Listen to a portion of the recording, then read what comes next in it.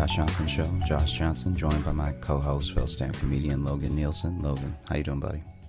I'm doing well, man. How are you? I'm doing all right. I'm in Sacramento right now, and I went out with some comics after the show, and one of the comics had, I believe, was his girlfriend with him, and we went to a barcade, right? And barcade closes. We leave the barcade, and almost immediately, this was such an awkward set of events. So basically, I'm talking to another comic, and the other comic and his girlfriend are standing behind me, and it's just a big group of us, right? And so then this guy, I hear some, like, not yelling, angry yelling, but some yelling behind me. And then as the guy's past me now, the comic that I was with, who's standing next to his girlfriend, like, you're good, just go, you're good, whatever, right? And then the other guy kind of keeps talking and then walks fully into a pole and then bounces from walking into the pole into a bush, right? And and the real other pinball situation. Yeah, the other guy's like, "Hey, you good? Just keep going, right?" And so then I ask him, because I was almost about to say something of like, "Yeah, it happens, man. Like, it's all right, whatever." Right. And then I turn around and everyone's trying not to laugh. I'm like, "What happened just now?" And they tell me that guy was trying to catcall his girlfriend. Okay. But he clearly didn't. He clearly didn't want to do it when he was too close, because he passed them. So he didn't start catcalling, I guess, until he was running distance away, because it's very clear they're together, right? Right, yeah. And so then he's so busy catcalling that the guy is like, "Hey, you're good, just keep walking." Like, he was like just trying to get rid of him, right? Right. But then he's like still so focused on catcalling while his head is fully turned that he walks into the pole and then bounces from the pole into the bush. And so I'm glad I said nothing, because in my head, I thought he was trying to make that dude feel better about walking into a bush. And so that's why I was almost like, "Hey, yo, it happens to me too. Like, it's all good, man. Don't be embarrassed. It's okay." But what was really happening... I was in a bush earlier. Don't worry about it. You're doing great. What was really happening is that he was getting shot down by the girlfriend. The other guy was like not getting upset, but he was just like, "Hey, you should probably just keep walking." Yeah. And then he walks into a pole and then into a bush. And for me, I don't know how to describe it. Maybe I'm just one of those people that, like, genuinely assumes everyone moves through the world like I do. And so then I just saw a guy. I forgot he was connected to the yelling that I heard before. I just saw a guy walk into a pole pretty hard, and then walk into a bush as he tried to recover. Right. And so for a second, my heart went out for him, and then I was like, "Oh, you could have avoided this entire thing." Right. Because I almost thought they knew each other, because it was like, "Hey, you good? Yeah, you good?" Like, because he's being cheery about it. So it's right, he's not like, "Hey, you good? Keep moving." He was just like, "You good?" Yeah. I mean, but this ties again into what we were talking about last week, with how these situations just find you. Well, also, and right just there, even be in a group.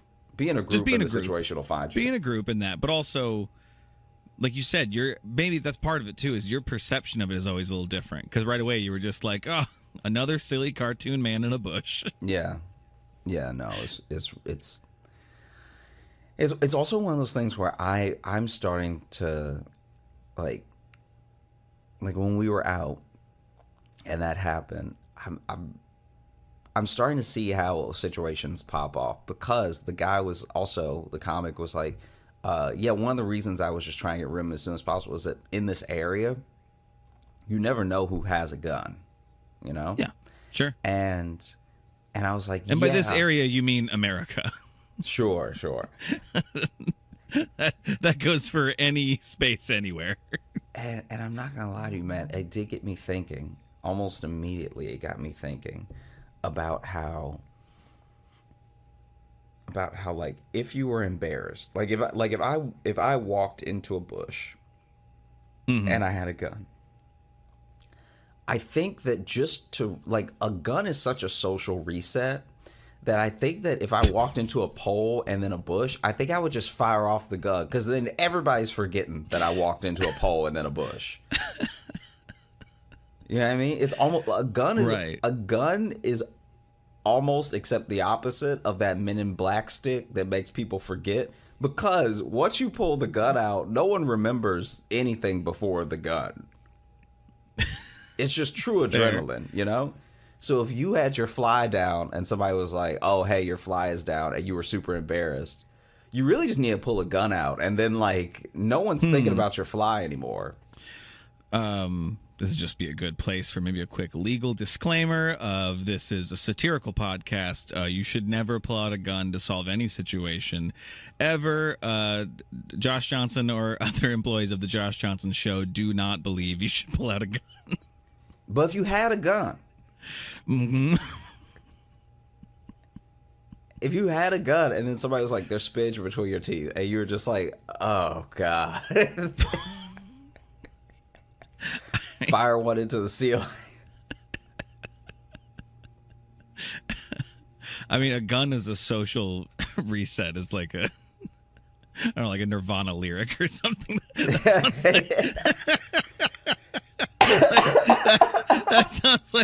sounds like such an angsty song title. Yeah, a gun is a social reset. Yeah, that's one way of thinking about it. I just mean, like, if that dude had genuinely had a gun and then pulled it out, the bush is like the furthest thing from my mind now. I don't know. I'd have a hard time not remembering that. Because honestly, my first thought might just be like, oh, he'd fallen in the bushes was embarrassing. So he wanted to shoot his way out of that scenario. I think it would be that because that's the conversation we're having right now. I think that if you were standing with us, especially to say that we didn't all know what happened until later when we discussed it, I think that you would just be like, that guy had a gun. Okay, but I the bush is still going to be my mind because if anything, it's going to be a man jumped out of a bush with a gun.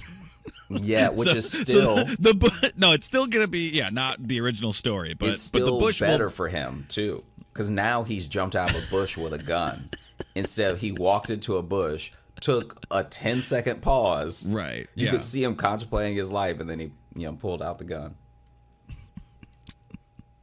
Fair. Yeah, a frazzled man fell out of a bush, and he was armed.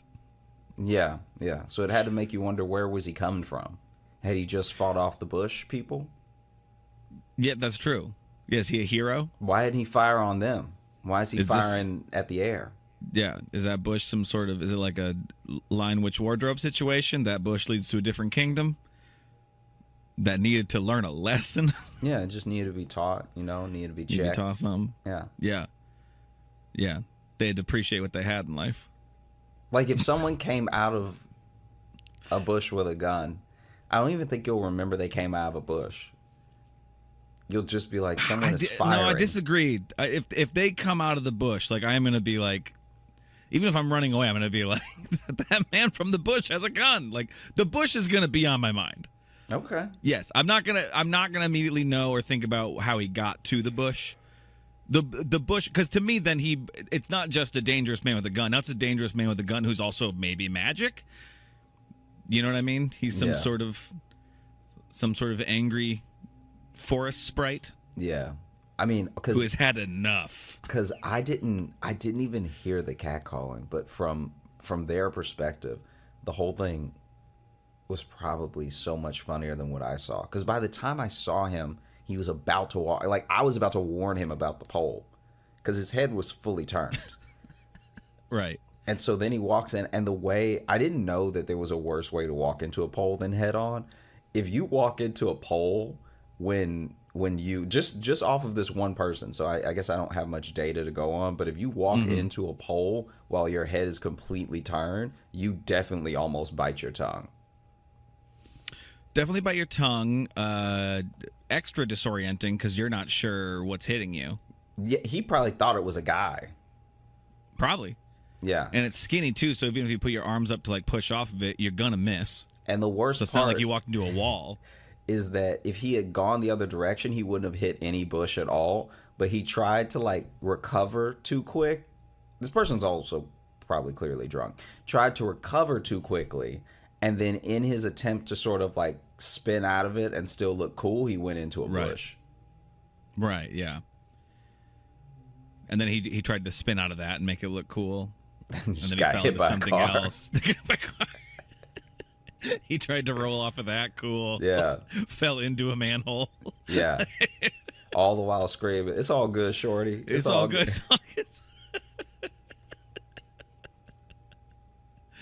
How are the shows so far in Sacramento? I know you got a couple more Yeah, tonight. they're good. Yeah, so we have 2 more, and yeah, it's been fun, man.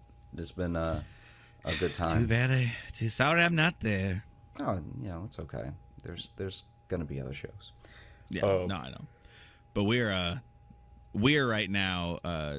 Now that I'm home and not in Sacramento with you, I'm helping Jess watch her infant nephew for a couple days, and I was so Listen, sure you were about to say a TV show.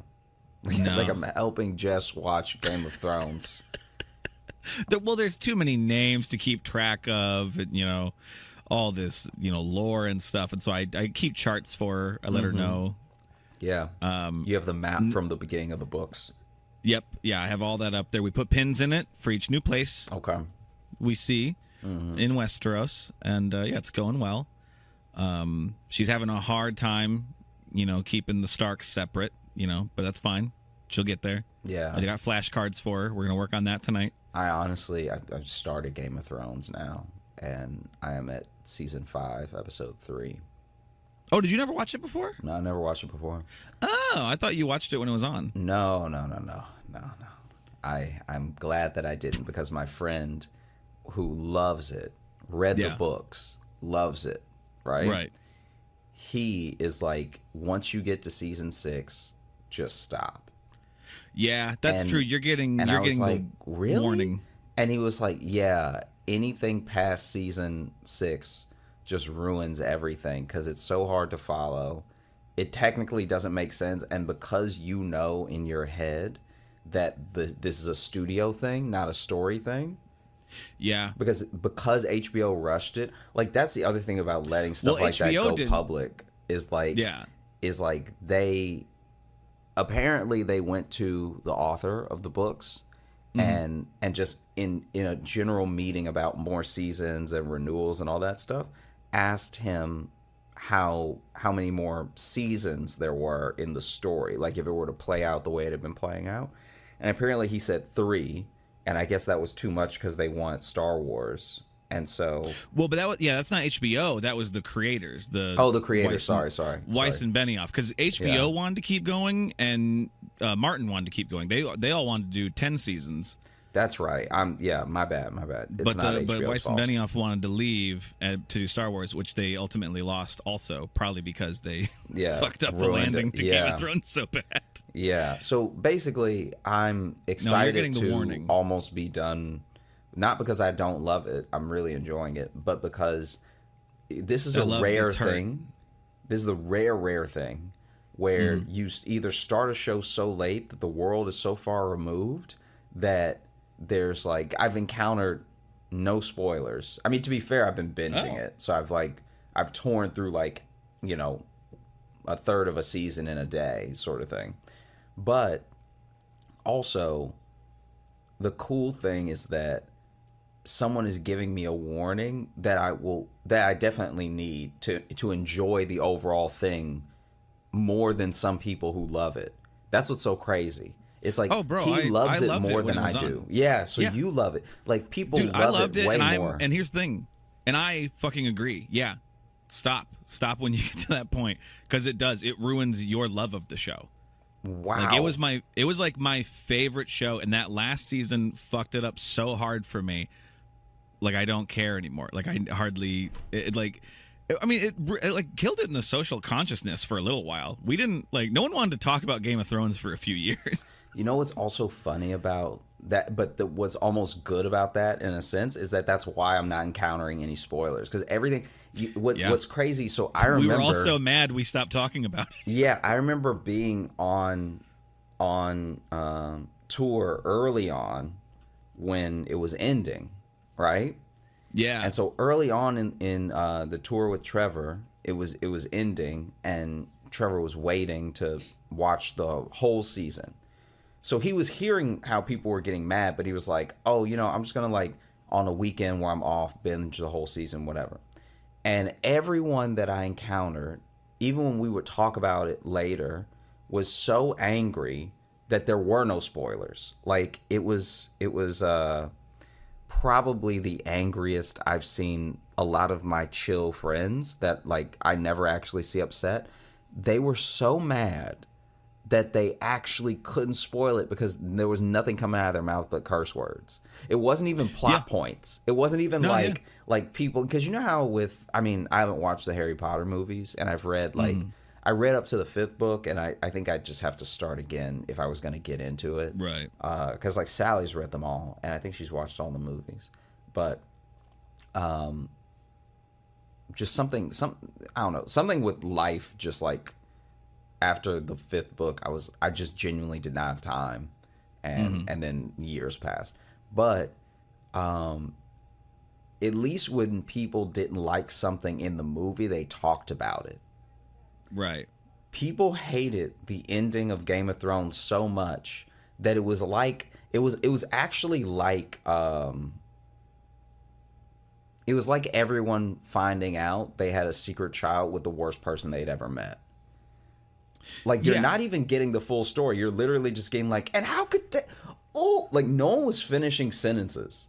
Well, because a big part of it wasn't even just about how it ended. It's that it was a different show in the last season. Like they completely, all the patience was gone. All of the like how they used to really slowly build up. When you sprint a story like that, it's stupid. What made that show good was that they took the time to really build the lore, really dig into the characters, and build out that world. And in the last season, they're like, fuck, we got to end this. And when you sprint through it, then it just becomes a silly little dragon story. Like it didn't feel the same. And I want to get out ahead of this now. I'm not going to read any emails about Game of Thrones. Just telling you that right now. I don't want a bunch of emails either agreeing with us or trying to defend Game of Thrones. Not reading them. Just letting you know that now. All right. Just getting ahead of that. I'm not doing it. Yeah, I mean, it would be funny to become a full Game of Thrones podcast. What a left turn that would be. That would be to be like. That I would be on board for it if we just turned to a Game of Thrones rewatch podcast. It'd be so crazy because it's like we're like years in now. We're years into this. It's like, and we've never talked about a show for more than 8 minutes. And so there's enough episodes of Game of Thrones to fill like an entire year of episodes too. Yeah. We could just do a whole year of just Game of Thrones. Yeah, just a companion podcast to watch as you rewatch. That would be so insane. What a way to potentially tank the entire show is just like, and we won't commit fully to it either, because we will stop at the 6th season too.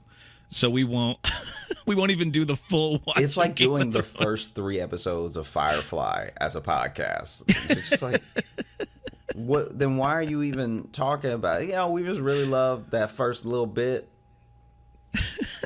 Yeah. After that, I kind of stopped paying attention, but those first ones I like. Yeah. We just do like a Kim Possible podcast. Just shows people have truly forgotten. Yeah. We're gonna watch Perfect Strangers. Hey, they did like 7 years of that show. Like, I'm looking up now. Let's see. What show we're gonna do? Yeah. Yeah. What's a good? We'll just do.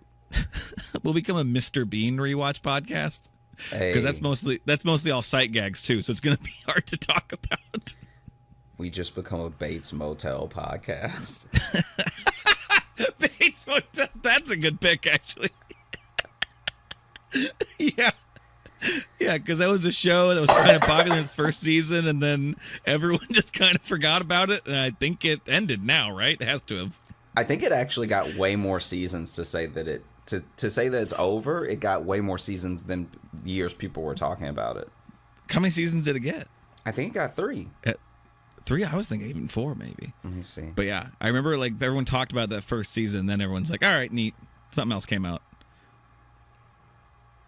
5 seasons. Yeah, Jeez.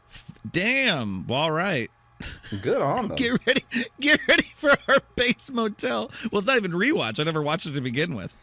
Yeah. Wow. Okay. It's good to know what we're doing for the next year. And a half. Probably 3 years. 5 seasons. 5 seasons, depends how many they did a year, but I mean, yeah, if you go at least 10 episodes a season for cable usually, so you're looking at least probably 50 episodes or more.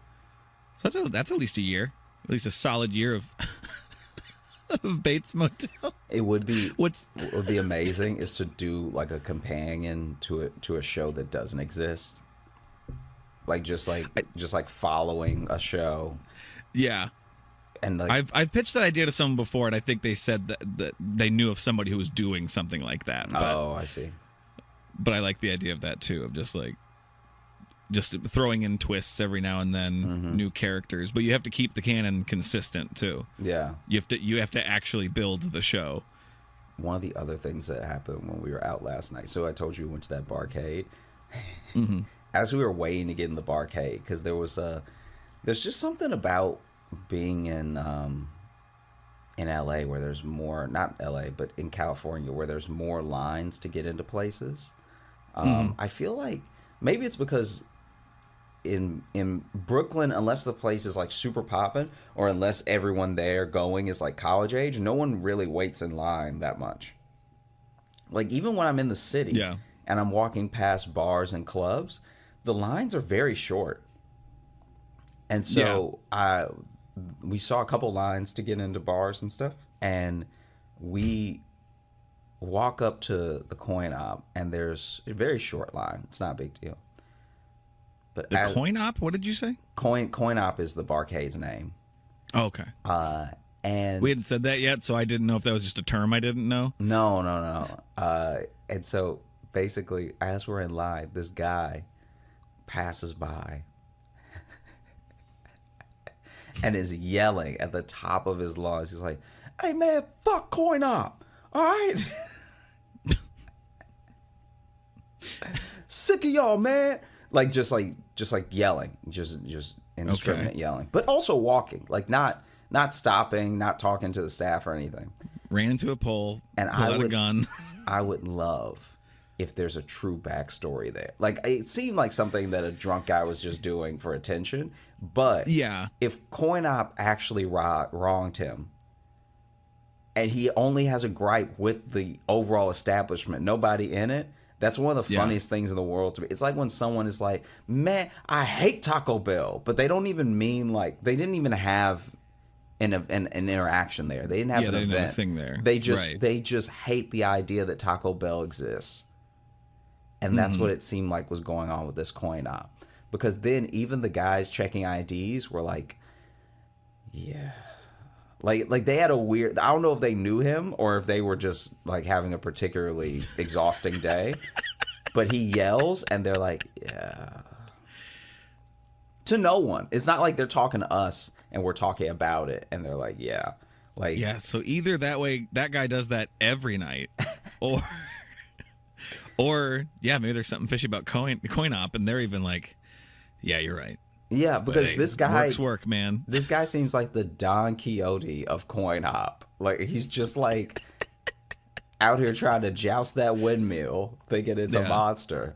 Because you remember that scene, Don Quixote, where he was riding around just going, "Man, fuck windmills." Yeah, not doing anything else about it. Hey, everybody knows. Everybody remembers. Everybody's read the old Don Quixote. Everybody's listened to the opera. Fuck windmills. They're stupid. What do they even do? What they even do? What they even help with?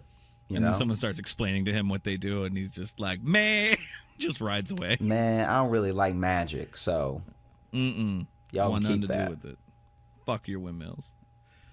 I also like how I mentioned that we're currently watching a baby, and you had zero follow-up thoughts for that. Oh, it's just the way that you said baby. You took so long to say baby that I was like, this is a show. This is TV. And so how has it been watching this is her infant nephew? Yeah, he's a toddler. He's a little under 2. Okay.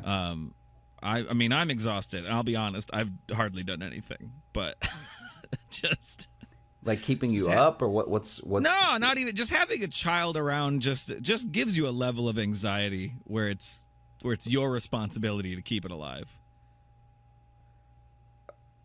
Okay. I mean, I believe What? you. I believe you. What's weird about that? There's nothing weird about that. I guess I just mean like are you still stressed out if the baby's like sleeping? No, because I was asleep also, but Oh, okay. no, but it's just like even today too. It's like Jess is with him, and she's like, "Oh, go do your work you gotta do," and I'm downstairs working. But that also means I'm actually she's gonna stop me every 10 minutes to come watch him while she does something else, Oh, which is okay. I see. I'm happy to help, but it's just like it's a constant. It's on your little mind. wrench in your day. Yeah, Yeah. like I just even when I'm trying to get to work on something, I still have to like, she'll still be like, "Honey," and I'm like, "Okay," and like I don't blame her for that. If she needs help with something, I'm happy to help. But it is like, even that, you just can't actually have the time to go do the stuff you're normally doing. He's mostly chill, but like even just watching it for a little bit today, like one of the YouTube shows that calms him down, just watching it, just like staring angrily at this cheery woman singing songs for children. I'm like, I know it's a me problem. I know I'm the problem here. It's not what this lady's doing. Yeah. No, I feel you.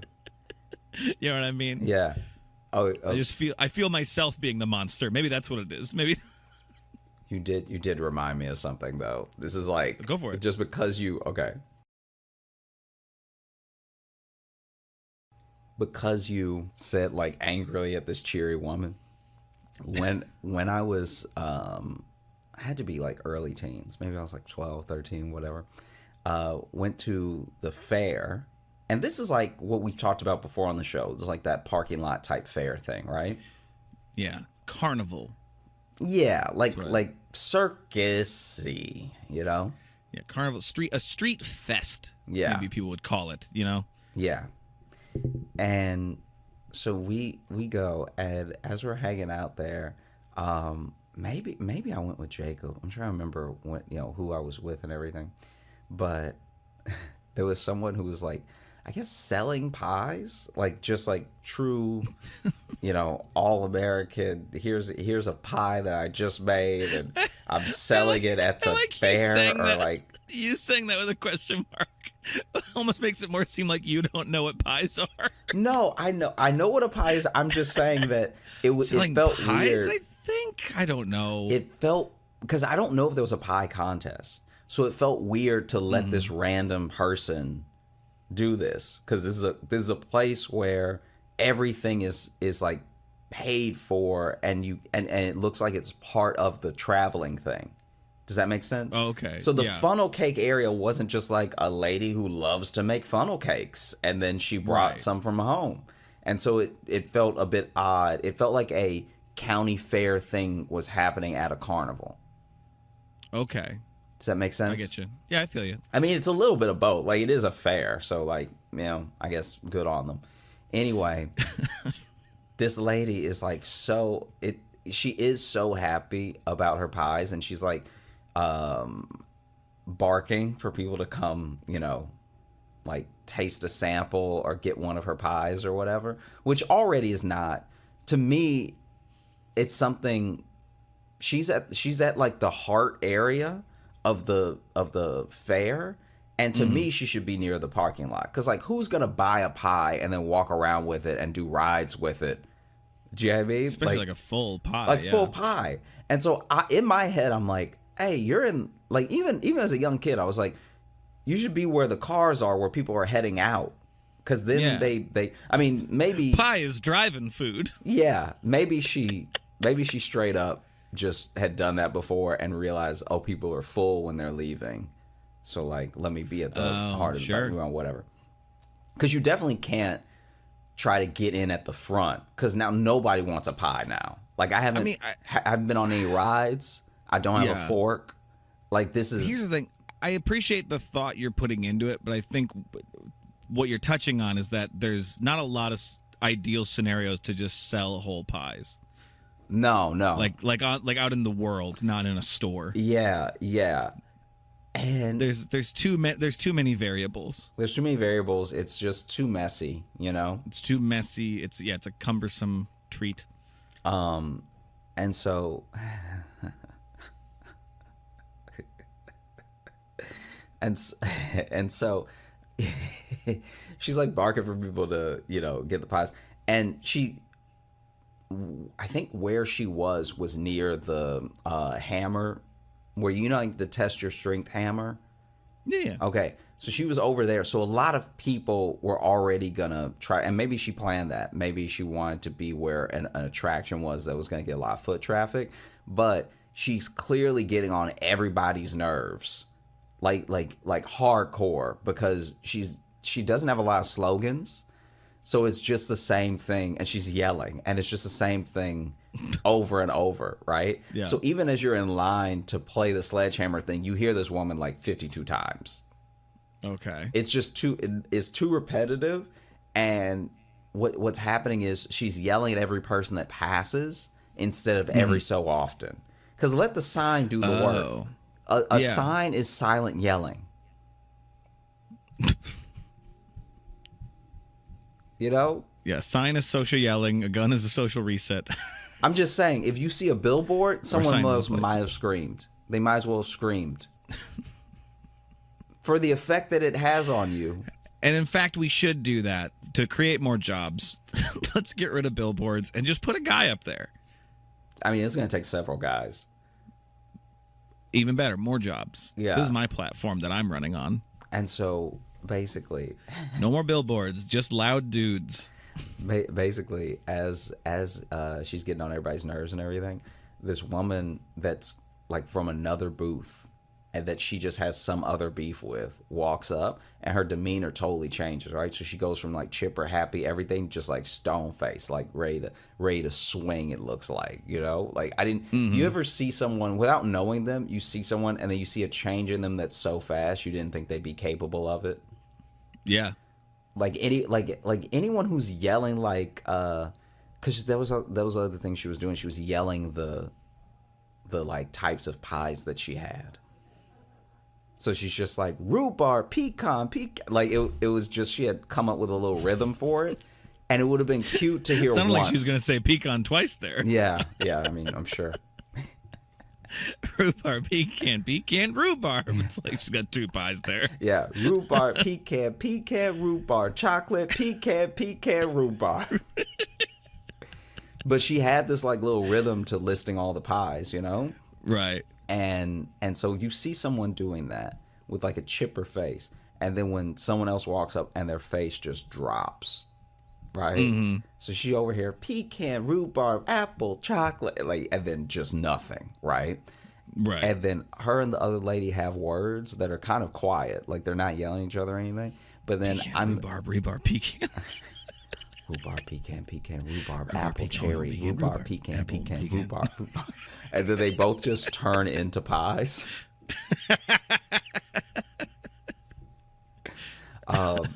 And so it's a pie witch. You know pie witches. Pie witches. Yeah, they go out there, and it makes you scared to eat the pie because you're like, is this a pie or is this a person? Is this a pie witch? And so then they're, quietly talking everything. And then the lady, this shouldn't make me laugh as much as it makes me laugh.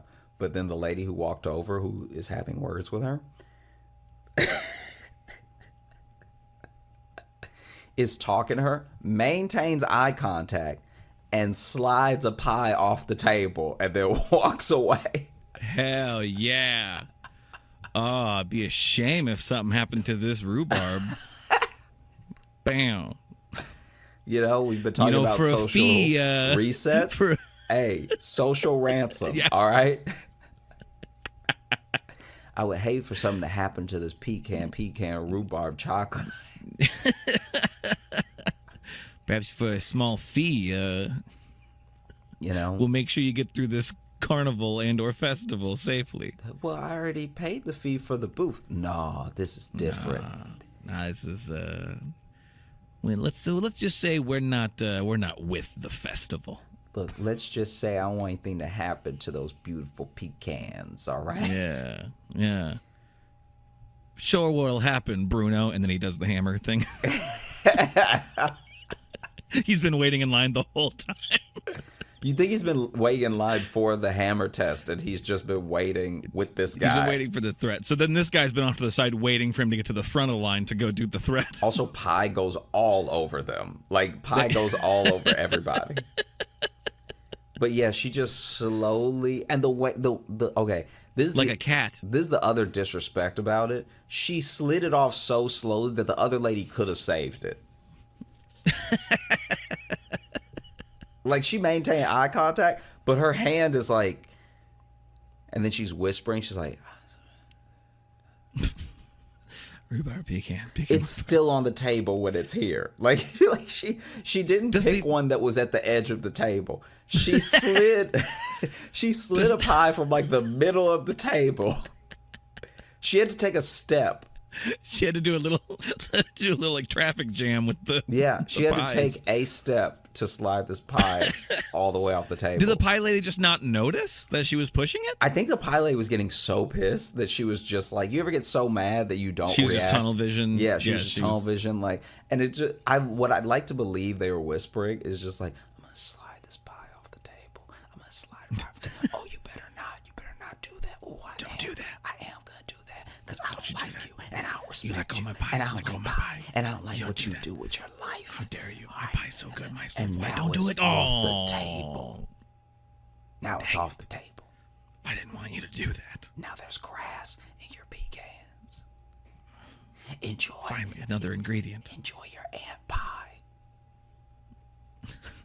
Bitch. It's ironic because I'm the pie ant. Yeah, but then also she took a second to like clearly was gathering herself, which I did feel a little bit bad about because as annoying as she was yelling, it was like, well, now this person's just devastated, right? Right. And then takes a minute to gather herself and then starts like yelling again with the, pecan, rhubarb, like all the stuff. But But just with tears running down her face. but the pie is Yeah, still rhubarb. on the ground. And she just never picked it up because I guess she felt like it would have been too much of a step down to pick up the pie. What are you gonna do with that? You know? What are you gonna do with it? Then you gotta find a garbage can or something, or you can't have a fucked up pie sitting on your table. Yeah. So I think the best course of action is to pretend like it didn't happen. Yeah. Pecan, rhubarb, grass. Pecan, rhubarb, ground. Yeah. Also speaking Oh, that one's not for sale. that one's not for sale unless you're that bitch Heather. I'll sell it to her for free. It's like, well, it's Yeah. not really a sale then. That's a gift, I think, what you just Oh, it won't feel like a gift. She wants to put my pie on the ground. She can join my pies on the ground. She can have a little bit of that dirt flavor with some of that pecan. I mean, if she's the one that put it on the ground, she probably doesn't want it. It sounds like you don't know what to do with this. No, You've never she's been gonna threatened love before. it. All right, she's gonna love the pecan. She's gonna love Now the you think dirt. she's gonna like it. Interesting. Yeah, because just burst out into tears. You ever been in a fight before? I just wish I knew the backstory. It's just two middle-aged women that were like having words very quietly, but then what an alpha move. Did you see where the other lady came from? Did she come from a different booth? No, but I saw her later behind like a squirt gun booth. Interesting. Yeah, so she wasn't even selling other foods like Like a rival baked good. Yeah, that was no. my first thing was like, ooh, these are rival. yeah, it would be bakers. great. Pie versus funnel cake would be fire. Yes. Yeah, that thing. That's what I was hoping for, I guess. Honestly, if she like this is a person who's clearly unhinged though, because as as minor of a thing as it is to do, it does feel like I felt like this was a crazy person when I was watching her. Oh no, it's a wildly aggressive move. Yeah. And so Well, passively aggressive move, maybe. And so what I will say is if she was running the funnel cake station, she would have come over with hot grease. Like this person, our saving grace is that she was behind the squirt gun thing, and those squirt guns can't move. Yeah. Maybe that used to be the spot for the squirt gun booth. Oh, They used yeah. Hey, They used to have that prime real estate. that could be it. The squirt But Pie Lady took gun it. booth used to be near the sledgehammer. Yeah. So it was great back and forth money of people waiting for the hammer. They'd come over to the squirt gun, vice versa. And now this Pie Lady messed the whole Yeah. thing up. And no one wants these damn pies walking around a carnival. Unless you're going to have a pie throwing game. Yeah. This is games. This is the game row. Yeah. Make a game out of this pie. And I got a new game for you. It's called ground pie. I got a new game for you. It's called Do You Have the Balls to Stop Me While I Slide a Whole Pie Off of Your Table? Because also, Yeah. look, this is the other thing, and I don't know this woman's situation. I really don't. So I can only make fun of it so much because I'm sure there's a logical, maybe she had a van full of pies, but she did not have a lot of pies at that table. So by sliding a pie off the table, you took out like a fifth of her inventory. really took down Dude, part of her. there weren't that many really hurt pies her on the stock. table. So either she had already sold a bunch or she wasn't selling any, so she didn't bring any. Yeah. Because the fair is for the whole weekend. Yeah, and maybe she doesn't fully understand fairs, and she doesn't think that clowns are a part of it. They think clowns just come to it. And she's like, you know what, clowns love pie. You know what I Pies and seltzer water. That's what I have. I didn't even see how much the pies were. I would love if just to cover her $25. costs. Yeah, just to cover her costs, each pie was $200. Like every slice of pie is full $200. And you said this is by the entrance. No, this wasn't by the end. No? This is in the heart of the In fair. the heart of it. Yeah. Okay. That's why I was like, Yeah. this doesn't make any sense. Like, why would I buy a pie and then ride around? But even the entrance isn't really like there's. I don't know. I'm just not. When would I want a pie? A full pie? That's what I'm saying. The closer to the exit where the parking lot is seems like the best place. That's the best, but the best is still not good. Yeah. You know what I mean? I'm still buying a fucking carnival pie. Also, we got pie at home. Okay. We got pie at home. Yeah, I want the pie that a bunch of people have walked by and coughed on. And Yeah, someone's That's- definitely farted on that pie. that's where I want to get my pie. Yeah. In a place full of of old machinery and old games that have been touched by 9,000 people a year. Yeah. That's where I want to get my baked goods to take home. You know what I like sprinkled over my pie? Rust from the Ferris wheel from on high. Yeah. It's why when you go to a carnival, you want deep fried stuff because then you at least know nothing survives that. So this food might be nasty, but at least it's clean. You know what I mean? No germs survive that frying process. Tell me I'm wrong. I feel like that's not quite how I feel like you could still have dirty grease. I feel like You can that's still have dirty grease, but so clean might be a stretch. Definitely burned. These germs are It's- scorched. yeah, it's clean nasty. It's the cleanest nasty you're gonna get. Yeah. Okay, so look, this thing, you may even need to cut this because this may not be funny to anyone but me. But Usually means we're gonna talk about it for a while. you know, like an ick, like when you get the ick and stuff. Are you talking about that in like the terms of the terms of your stand-up joke? How you do it? Yeah. Just like how Okay. you get the ick when you like someone, but whatever.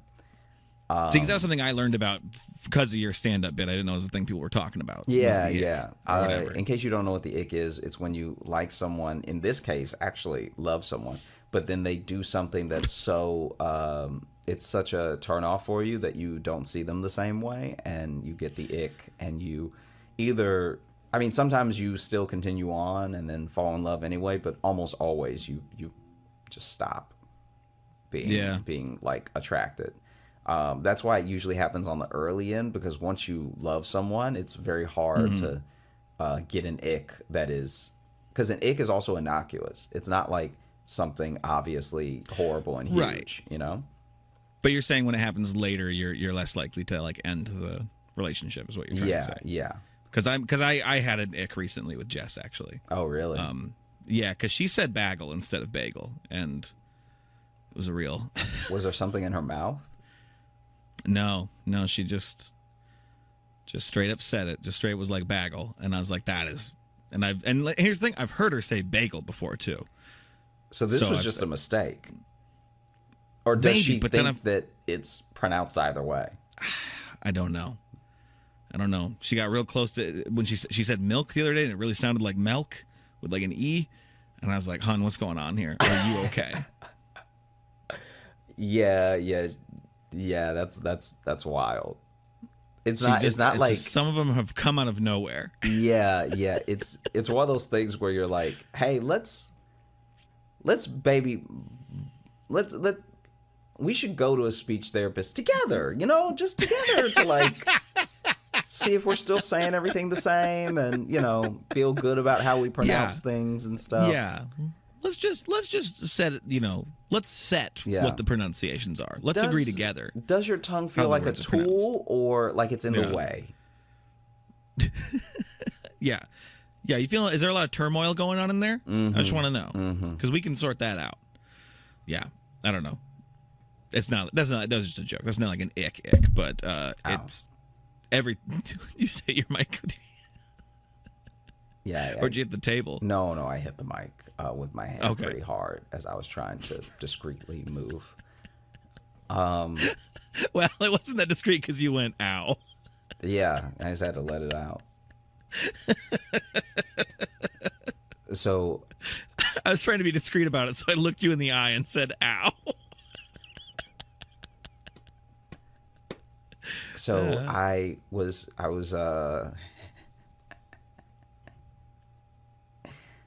like when you do a show and like when you do a show and the audience is like just tipsy enough where they're not fully making sense. Even when you ask more questions, it's not getting any better. Yeah. So I just asked this random couple what their ick was, right? And I still don't know who did it. It was a man and a woman sitting together. And I had asked the man, but then the woman spoke up. But then it sounded for a second like she was talking about herself. But then it seemed like maybe the guy had done it. Basically, the ick that they both agreed they had was, this is so specific, but one of them came home one night and from a long trip as well. So hadn't been home for a while.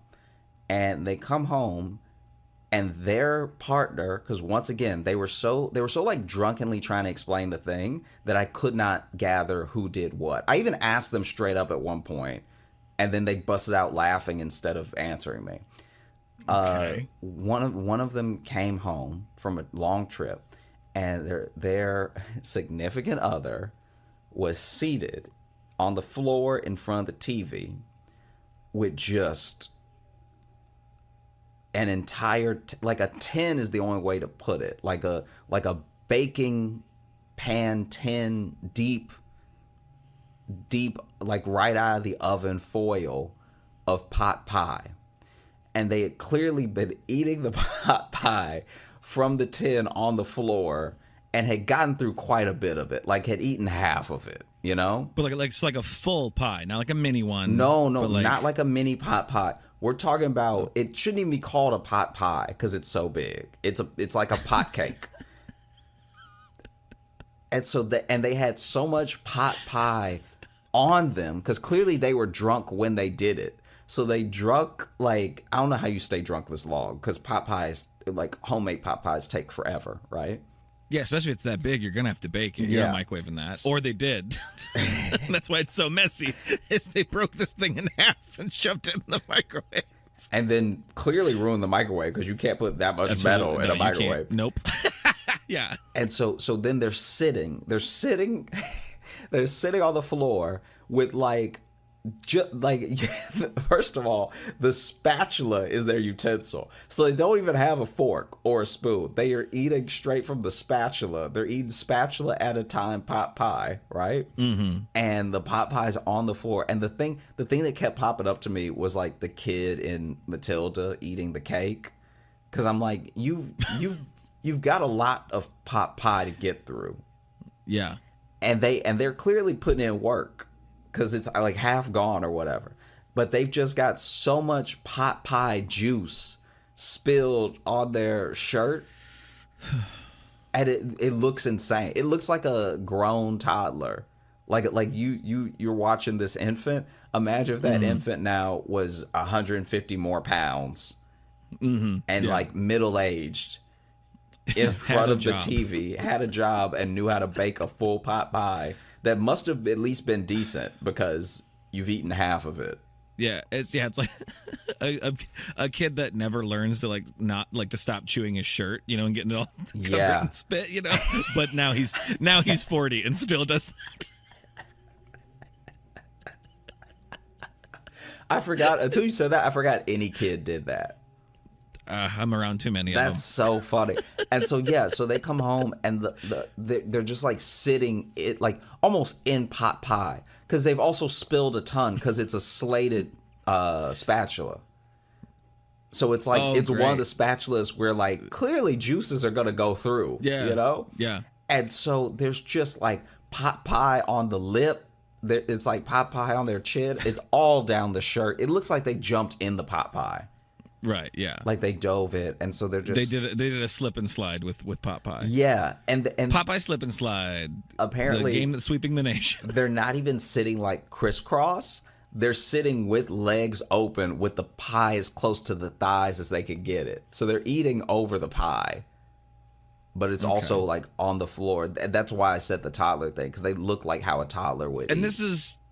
This is a couple that's still together. There's a couple that's still together, but then we're together at this point. And and then I'm like, that's a I'm just gonna walk situation. Like keep the house, keep everything in it. I'm gonna go. Yeah. Right? Yeah. But the thing that's I'm gonna change my name.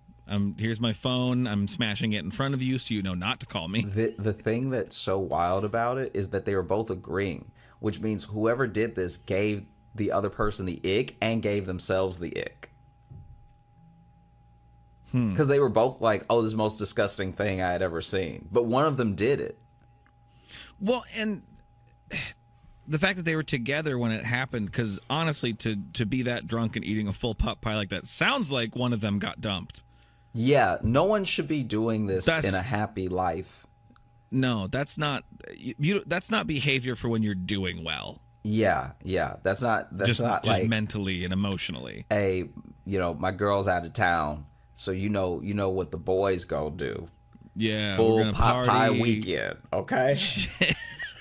we go get nasty with it. All right, we getting baked, and when I say baked, I mean pot pie, baked every day. Okay, God, the boys slurp some gravy. it's gonna be juicy. You gonna be slipping. Yeah, crusty at the top. Getting them veggies in. Yeah, I mean the boys. Maybe a little bit of stew meat in there just to spice it up. Yeah, just like Grandma used to make. Just the like OG bro. Just like Grandma used to make, except way too much that Grandma never made. She did a reasonable amount. I'm a ball out. She made the right amount. She made the right amount. She was a responsible woman, but not me. But not me. You know what I mean? I got to flex on them. And by flex on them, I mean get so sick that I cannot flex a single muscle, Yeah. Now give me the spatula with the biggest holes in it. Give me the spatula that'll let people know, hey, I eat like a baby. Yeah. These clothes, they don't go in the wash. They go in the fire. Yeah, not my lucky shirt. Okay. Nuh-uh. These clothes will not be saved because it's about to get so crazy in here. I'm about to be soaked in pot juice. Shit. All right. We might have to buy a new house Yeah. for how wild it's going to get this weekend with the pot pies and the boys. Hey, when I say the boys, I do mean just me. I mean, me by myself. I have trouble making adult friends. Ooh. Also, Pie. also, we have a carpet, so this living room will be ruined. Okay. There's certain decisions you can't make with carpet that I'm gonna make anyway, because I'm nice like that. See, now I'm going to go ahead and combine these stories and say that this is how the pie lady who got bullied at the fair reacted. She went home and got drunk and made a pot pie. And made a pot pie and just spilled most of it on herself. Just spilled most of it. Which is also very hot. Like that, like if you burn yourself, have you ever burned yourself with a pot pie before? Sure. I mean, I burned myself with many food. Well, this is my memory. This is why I'm this person is living foul is because when I was little, one of the first things that I used the oven for, because it was a big deal that I was using the oven when I was a little kid, because for so long I was told not to touch it. And then finally they were like, you're old enough that if you want something that gets made in the oven, you can put it in. You just have to follow the instructions. And so I remember, this is so insane. I remember wanting a pot pie. I think I was at my grandma's house. I wanted a pot pie, and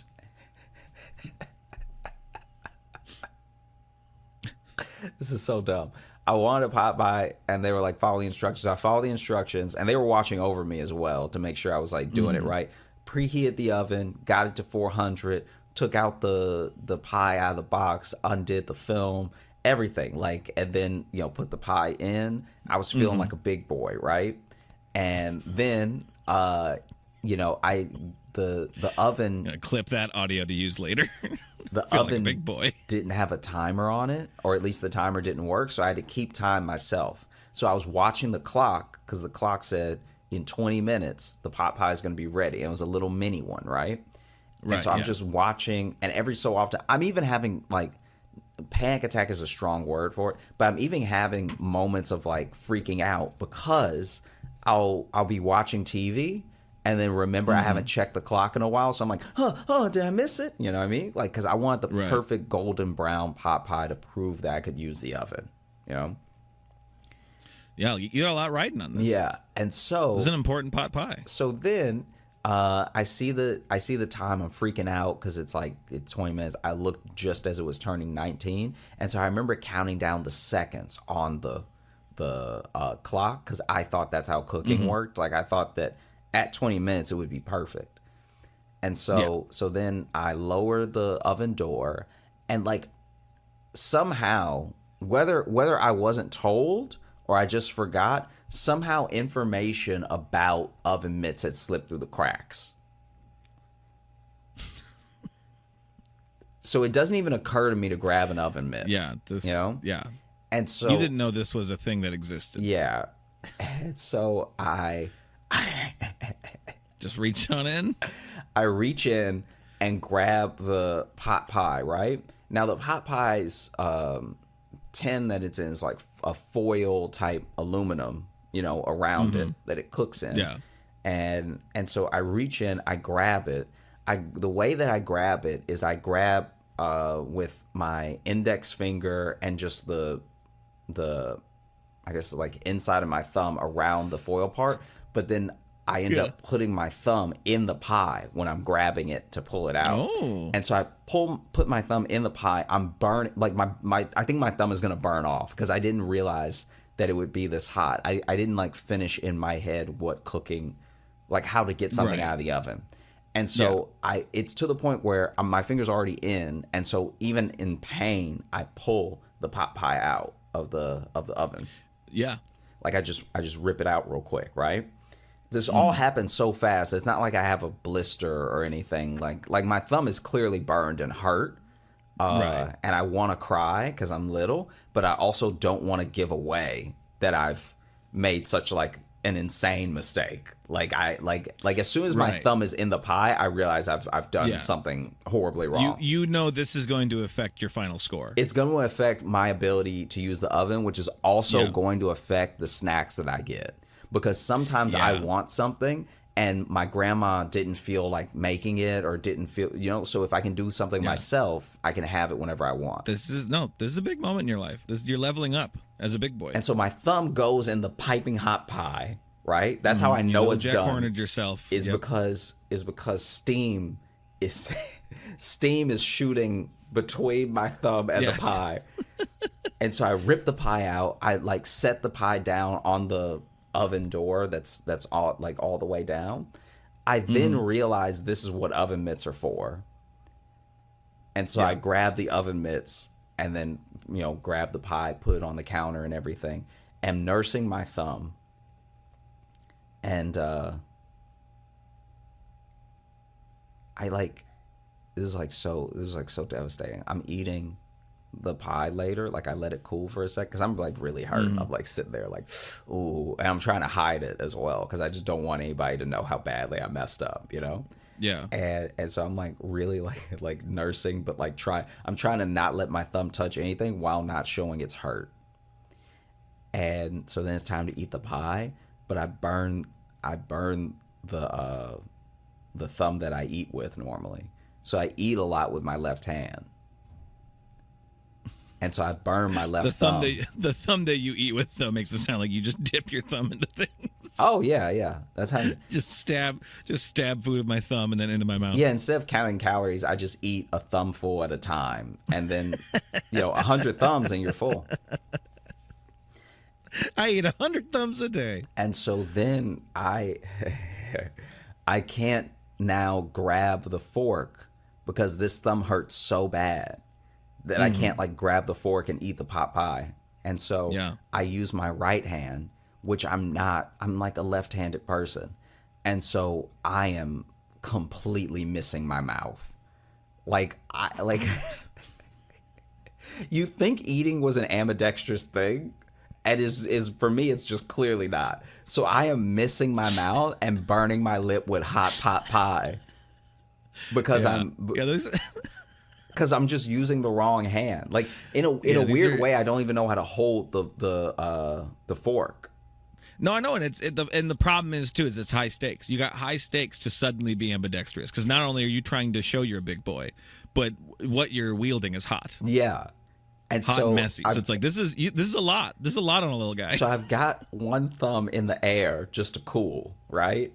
And then I've got my other thumb on the fork, and I'm just it's crazy. I actually feel like I was in an accident or something. I'm relearning to use my limbs because I've never even tried to eat with my right hand before. Yeah, definitely the same thing. No, I'm just saying it's like because I'm trying to eat with my right hand for the first time and hold a fork, Right. It's like not even occurring to me how to do it. Like it's genuinely I have to think about how I would do it with my left, try to mirror it with my right hand, stab the pie, lift it up, and not like fling it into my own face. Right. Yeah. Because the crust is super hard. Mm-hmm. Like if it was just already all broken off, then maybe I'd have a better chance. But the crust is also hard, so I'm not even aware of how much pressure to put on the fork. Like all this is going through my head because I'm like still trying to hide that my thumb is red, by the way. Like probably quite burned. yeah, Actually. yeah. So I don't have a blister, but my thumb is like it doesn't look like my thumb, Yeah. And yeah, no, it was terrible. Some pot pie trauma Yeah, that yeah. you had there. Because then the worst part is that I did all that of like thinking about like calm down, PTSD, Accept pot pie the stress pain. disorder. yeah, accept the pain, know that you can use your right hand to eat. Don't freak out. Yes. All right, this is possible. Turns out a lot of people do it. A lot of people use their right hand for eating. And so then I remember I finally got like a respectable forkful of pot pie, right? Some peas, some carrots, a little bit of meat. I was doing it all. And then when I went to put it in my mouth, it burned my tongue. And I was like, I think I'm done for the day. Like, I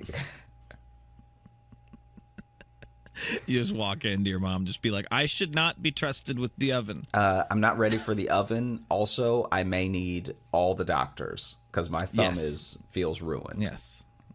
I don't know if you can see my thumb bubbling. But that is part of why I think I should not be trusted with the oven. Thank you for this experience. Which I'm sure was really just to give you a break. Yeah. I'm sure you saw this as a way to do less for me and for me to be more independent. And I'm going to let you know now that no. Yeah.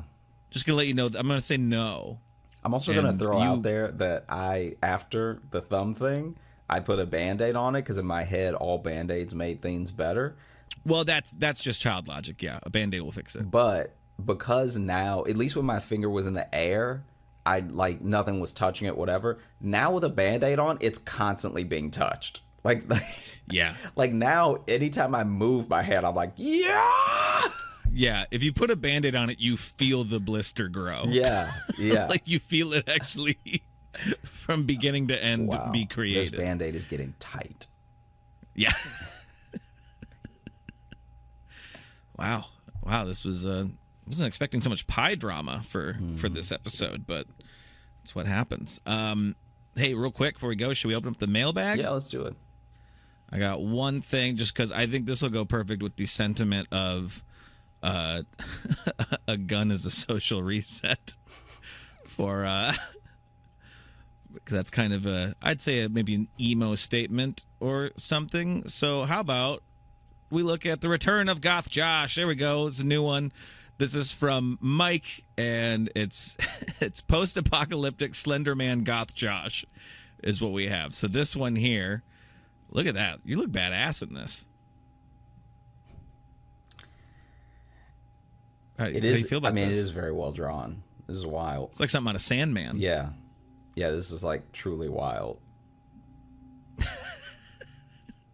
And then they also put this one down here. It says, I'm not sure if Josh digs Afro Samurai, but here he is. So this must be a different take on it. That one in large, but yeah, wow.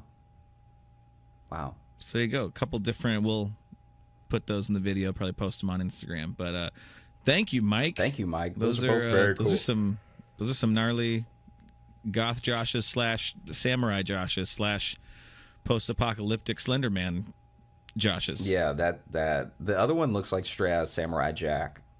Like I don't know if I'm a good guy or a bad guy, but I'm in it. Yeah, you're a mysterious figure in the distance watching them or something. Wow. Yeah. Thanks, Mike.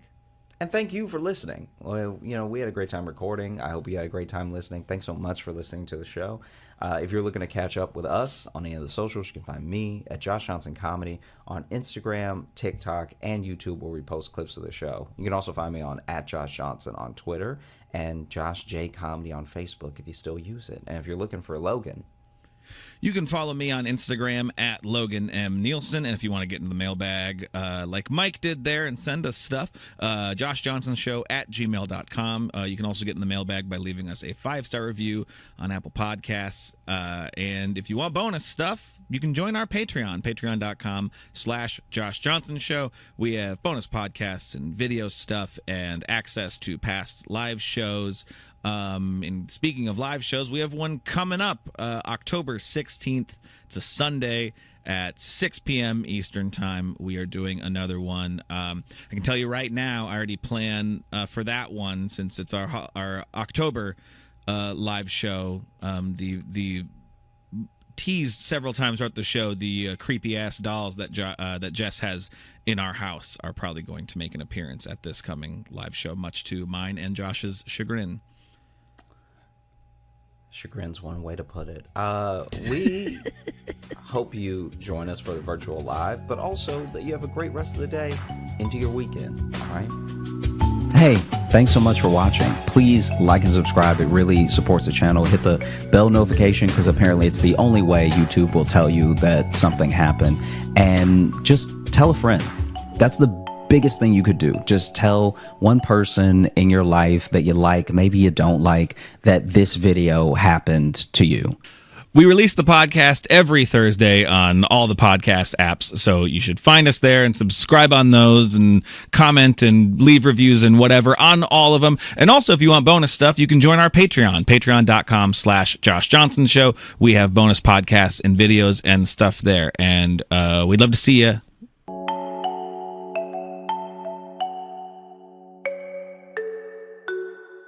Make some noise for Josh Johnson!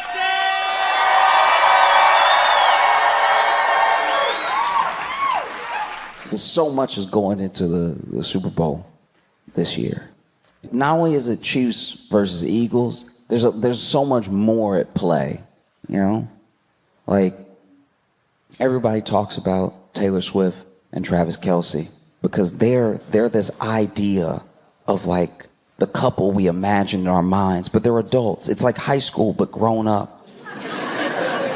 You know what I mean? Because she symbolically is like this cheerleader in our minds, this like head cheerleader, and it's not his position, but it's symbolically the quarterback in our minds. And so them getting together makes such perfect rom-com sense that there are actually people who think that all of the NFL is fixed just to keep the Chiefs winning, just to keep them going.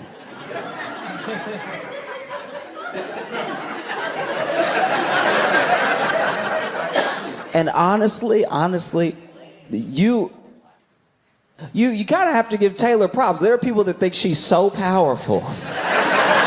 She is single-handedly shifting the course of the NFL. You know, because this is my thing with it. You know, if it's fixed, why would they be tackling so hard? You don't need to sell it that bad. If most of the teams know they're not going to the Super Bowl, I think you lay off of a couple hits. I don't think anybody's getting CTE as part of a script.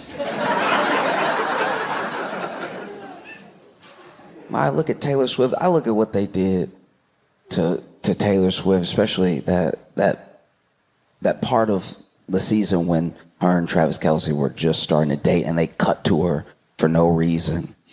And then people got mad that they were cutting to her. They'd be like, why do you keep cutting to Taylor? But Taylor can't control the camera. Taylor was just trying to eat. And then they cut to her, and then she's doing her best to probably not look annoyed, but also she's genuinely having a good time. She's there with her friends. Yeah, touchdown, yeah, right. But then people are like, why do you keep cutting to her? I don't know. This has never happened before.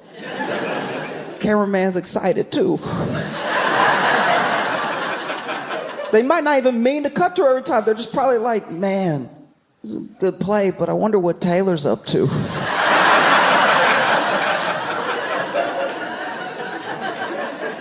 Don't get mad at Taylor because the cameraman got a crush. And so then Taylor Swift, Travis Kelce together. Now Travis Kelce is an interesting dude to me. He really is. Because Travis Kelce, up until this point, I don't know him that well and follow him that closely, but I think he had like mostly, if not only, dated black women before Taylor, you know? And so he has like a fade.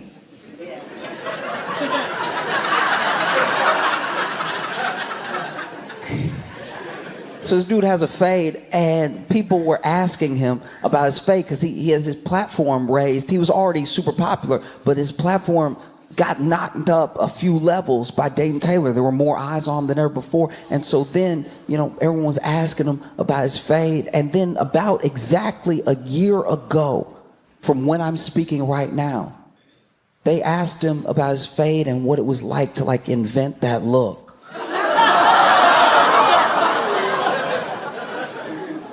And to his credit, Travis Kelce said, it's the first day of Black History Month.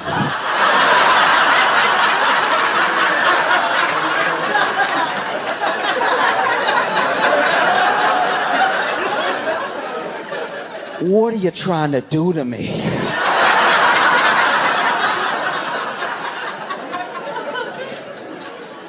Which, what an answer.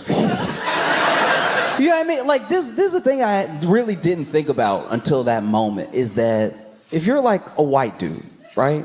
And something ignorant or even bigoted happens around you. Somebody asks an ignorant question, or somebody just says something, right? The expectation, if you're a good guy, is to say something immediately, just really stand up and be like, hey, that's not cool, that's not okay, don't do that, right? You know, just really, you can't even give it a second. You have to be like, hey, stop right there, okay? Hey, listen here, pal, cut it out. Hey, look, buddy, don't go any further, all right? Gosh darn it, that's racist. Don't you dare, not in my house, not. Nah, get a load of this guy. No way, not today, brother, right? That's the expectation, that you're gonna like notice it, you're gonna catch it, and you're gonna jump on it immediately. And if you don't do that, then you must have been with that thing. That's the assumption, right? But then you're also, and I really didn't give some of my white friends enough credit in this position. If you take too much of a stand, that's also suspicious. You know what I mean? You hear, like if something like ignorant happens around you, or an ignorant question gets asked of you, and then you're like, what? No! Racism? Not today!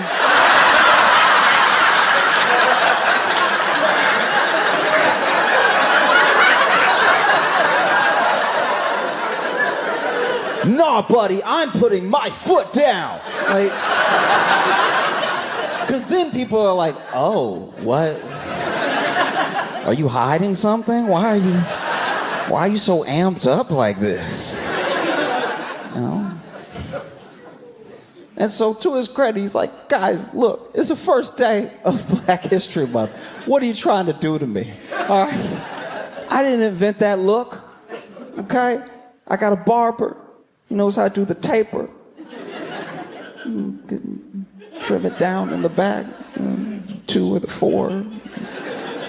But if you want to fade, I know a guy. I know a dude, he's good. You know, he does mine. Travis Kelce's sitting there like, what kind of questions are you asking me? How do y'all not know any black people? You cover the NFL.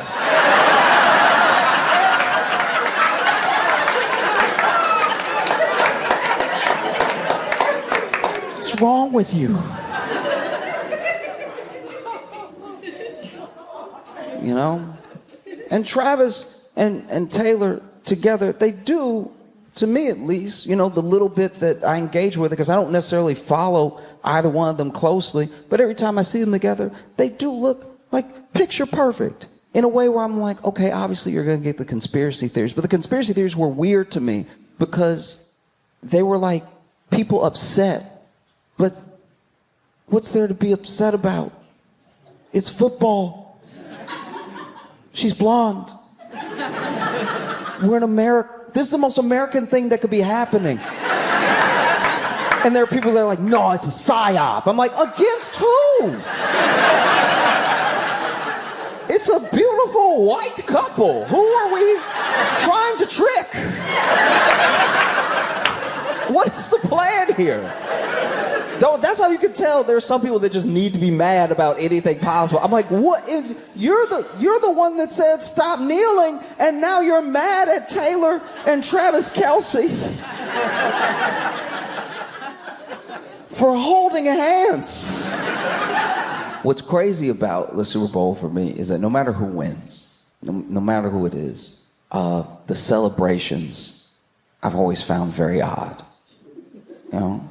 I understand celebrating when you get the touchdown. I love those. I hated when the NFL tried to like clamp down on any showboat, any celebrations, because you just did one of the hardest things in the world.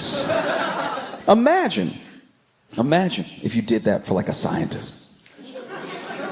Scientist finds the cure and he can't even do a little.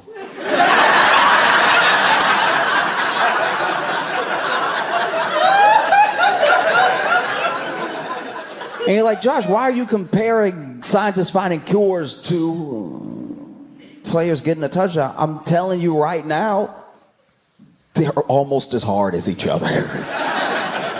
Because I have some pretty sizable individuals in my family, you know. And I have a cousin, he's 2'11", all muscle. If I wanted to get around him, I'd need something sharp. So trust me when I tell you, if I get around this man and then outrun him and then get a touchdown, I'm hitting it hard. I'm hitting it in his face because it may never happen again. I love like a good touchdown celebration. They spike that ball and then you see what moves they have because these are big men. These are very big men. So they're not always the most agile. Like they're good at running, but usually in a straight line. A lot of the times when these players fall, it's falls where, look, I'm not a professional athlete, but I don't tip that easy. Every once in a while, you'll see an NFL player run it, and then somebody just sort of moves their shoulder like, uh-oh, uh-oh, uh-oh.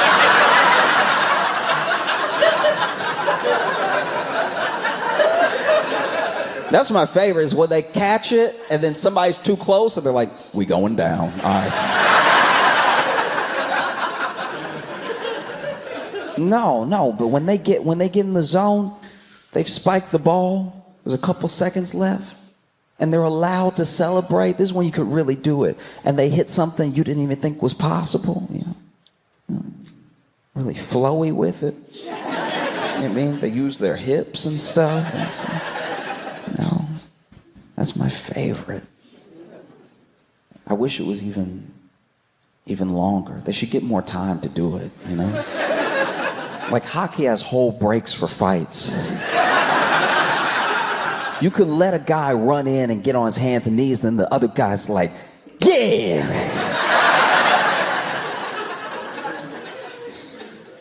No, I'm telling you, it's a beautiful thing to see them that excited, that happy. This is what they work for. This is what they put their bodies on the line for, and it's why they're in pain most of the time. These dudes retire, and it's not like they can just take an Advil. They just have headaches for the rest of their life.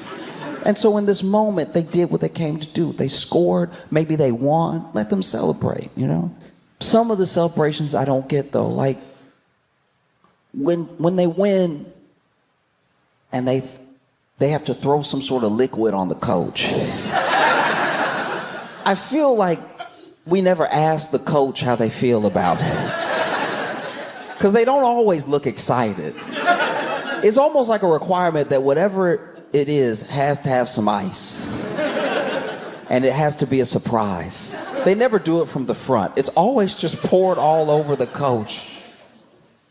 Why is it? They win. They did what they came here to do, and they look at the coach and they're like, yeah, drown him. He'll love it. On top of everything, with Travis and Taylor and the Chiefs, you have the Eagles. Eagles fans, truly remarkable. They're terrifying. And it doesn't matter who wins, because whichever city wins, this happens every year, every Super Bowl, every Stanley Cup, whichever city wins, looks like it's been attacked the next day.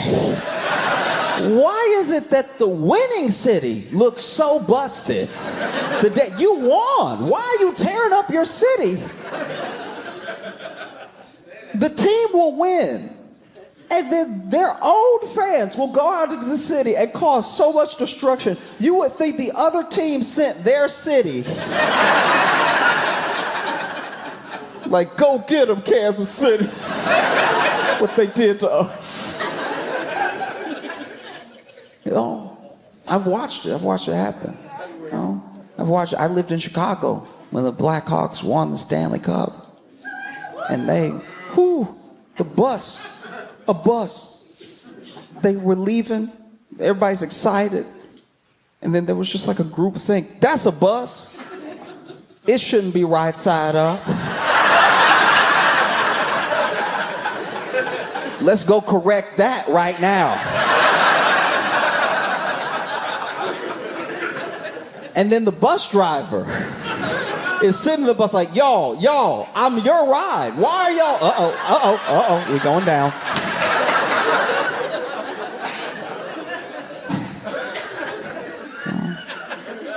And on top of it all, you have the Super Bowl halftime show performed by Kendrick Lamar. And as far as we know, SZA and potentially some other guests, And this is wild. Kendrick said it about himself, but truly, we're seeing astronomical, historical levels of him being the biggest hater in the world. Fundamental hate. A hater where I pray I never have a hater that plans as well and executes hate so efficiently as Kendrick Lamar. This man hates hate. The level of hate. Okay, so if you are not aware, in the beef between Drake and Kendrick Lamar, the first song that you could say maybe even kicked off the whole thing, some people say it was like that, but some people say it was First Person Shooter. And in First Person Shooter, Drake says, big as the what? Big as the what? Big as the Super Bowl. And I guess Kendrick said, challenge accepted.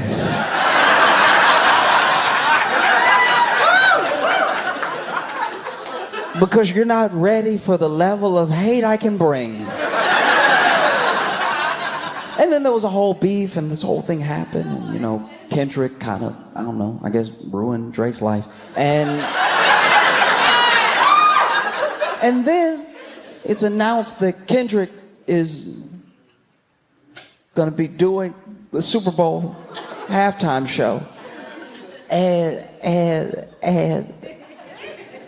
Drake, he started suing. He started suing different parties. He started suing in different ways, different lawsuits claiming different things, some defamation, some were just petitions to get information, claiming that Not Like Us, the song that I'm assuming plays in Drake's head 24/7. That song that they use bots. They must use bots. That's why it's so popular and everything. And then he withdrew one lawsuit and he filed another lawsuit. And it would seem, I'm not Drake and I'm not on his team and I don't know his lawyers, but it would seem that all these lawsuits are to, in some way, hopefully, possibly, stop Kendrick Lamar from performing Not Like Us at the Super Bowl. That is what a lot of people think all of this is about. He just doesn't want him to perform that song at the Super Bowl. And so maybe he thinks that if he causes enough legal trouble and kicks up enough of a fuss, that the NFL will be like, hey, sir,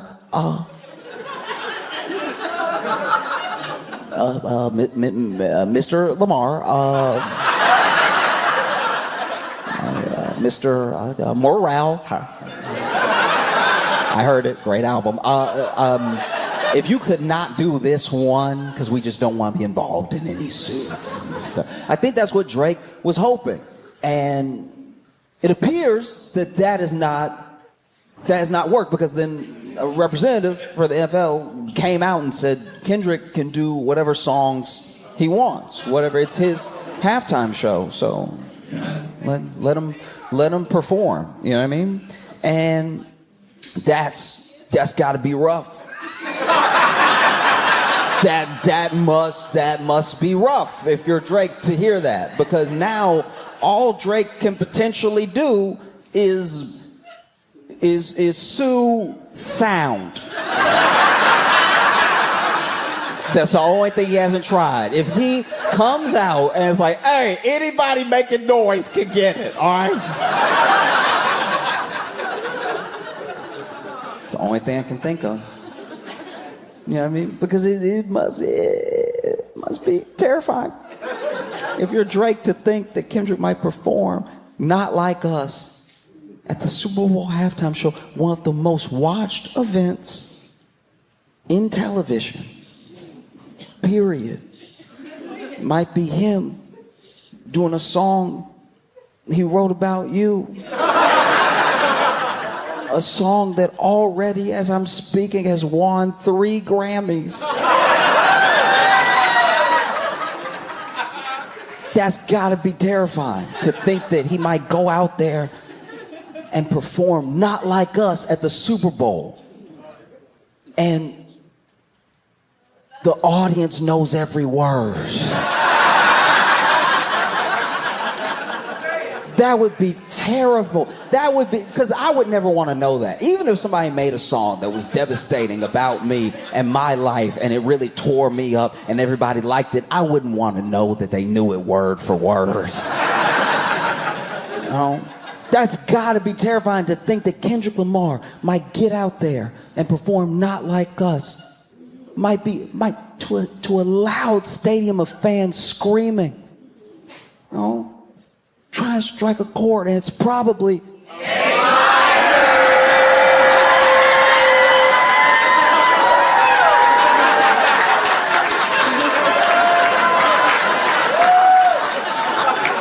I think even scarier than Kendrick performing Not Like Us is the audience performing Not Like Us.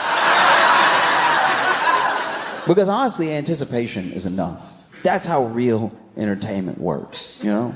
Whether he performs it 17 times or he doesn't perform it at all, it's already met the moment in that way, you know? Everyone kicking up a stink about it is what actually caused it to get so much attention, just to see if he'll do it, you know? I mean, I hope he does it. I kind of hope it's the only thing he does.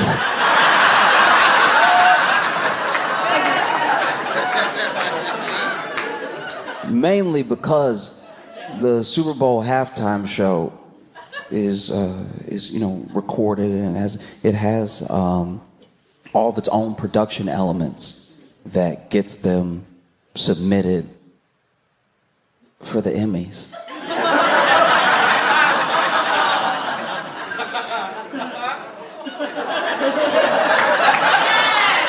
And so there's a chance that this Grammy-winning song might become an Emmy-winning performance.